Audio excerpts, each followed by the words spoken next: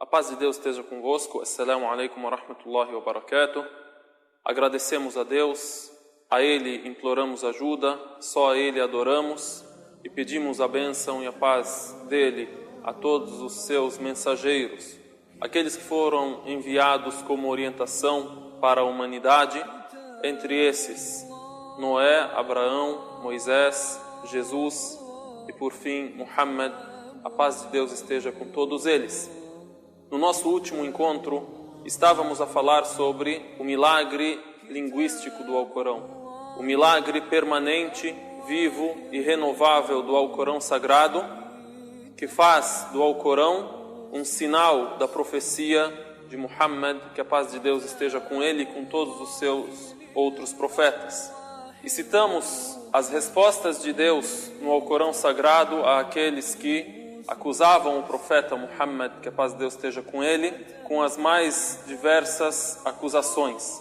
E citamos que a primeira das acusações era a loucura, que ele é louco. E citamos os versículos revelados sobre esse assunto. Também citamos algo sobre a segunda acusação, a magia. E chegamos à terceira acusação. Disseram, essa é uma mentira que ele inventa.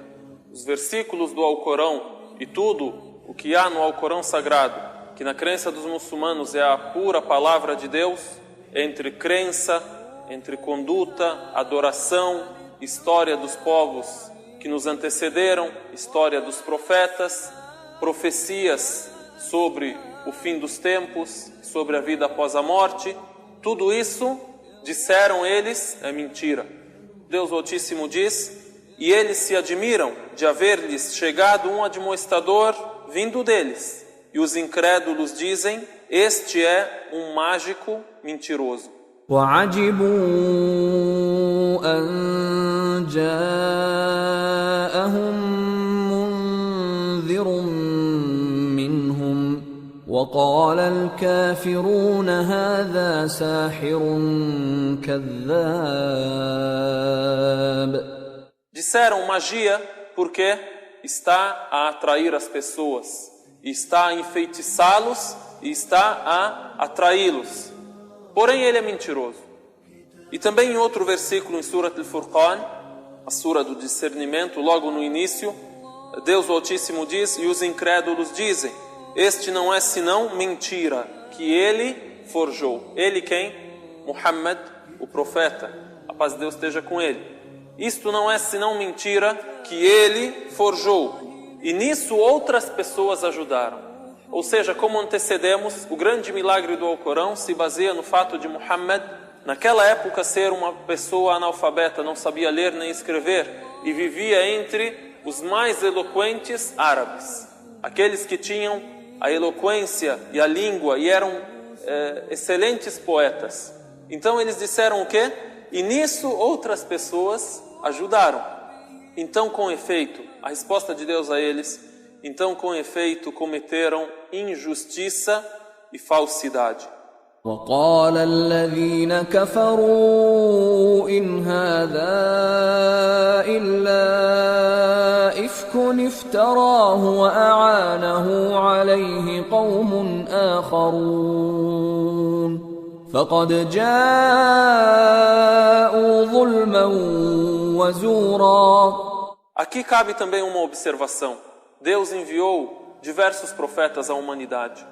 Os profetas são contados aos milhares. Não são nem um, nem dois, nem 10, nem 20. O Alcorão Sagrado cita os nomes de 25 profetas. E Deus Altíssimo diz, e enviamos outros que não citamos os seus nomes para ti Muhammad. E a vida de um profeta é uma vida íntegra, antes da profecia e depois da profecia. O profeta Muhammad sallallahu alaihi wasallam também, o caso dele não foi diferente. Antes de ser declarado profeta, aos 40 anos, e antes da revelação começar a descer a ele já era uma pessoa honesta. Era tido como a pessoa mais honesta da tribo dele, da cidade dele. 2 exemplos sobre isso. O que é o profeta ser honesto antes da profecia e ser uma pessoa de confiança frente a todos aqueles que o conhecem antes da profecia e também depois da profecia. para que não venham depois da profecia e digam: não, mas quem é você? Você era aquele que era famoso por mentir, por inventar coisas e por contar fábulas. Mas não é esse o caso dos profetas. Eles eram imaculados antes da profecia e depois da profecia. O profeta Muhammad sallallahu alaihi wasallam era denominado Al-Amin, o honesto, no seu povo. Ele tinha esse apelido.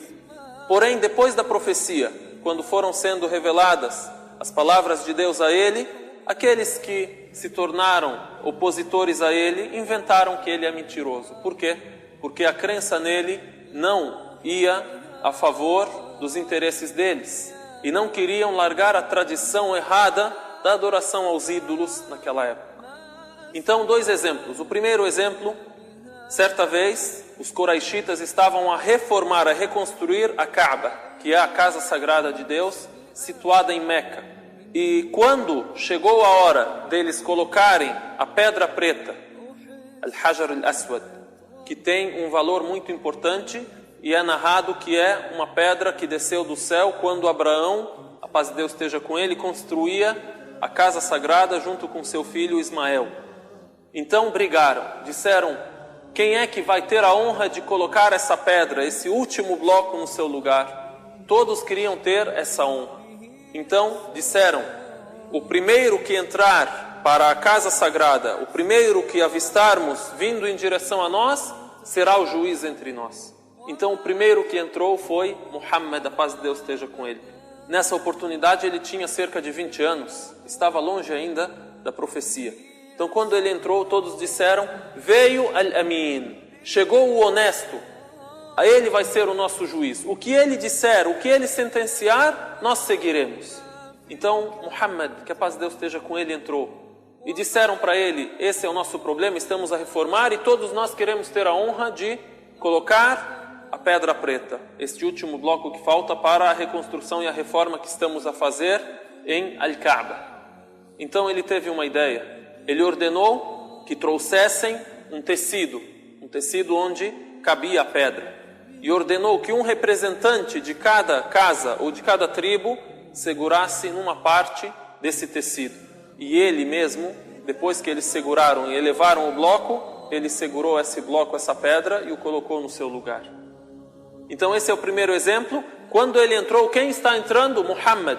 Todos eles, sem exceção alguma, disseram: nós confiamos nele. Este é aquele que vai ser o nosso juiz. Um segundo exemplo, logo quando o profeta sallallahu alaihi wasallam recebeu a mensagem, cerca de 3 anos depois, vem alguns versículos onde Deus, o Altíssimo, ordena ao profeta que proclame a profecia, que publique a profecia a todos. Quando antes ainda a profecia era secreta e ele convidava só aquele a quem ele confiava, só aquele em quem ele confiava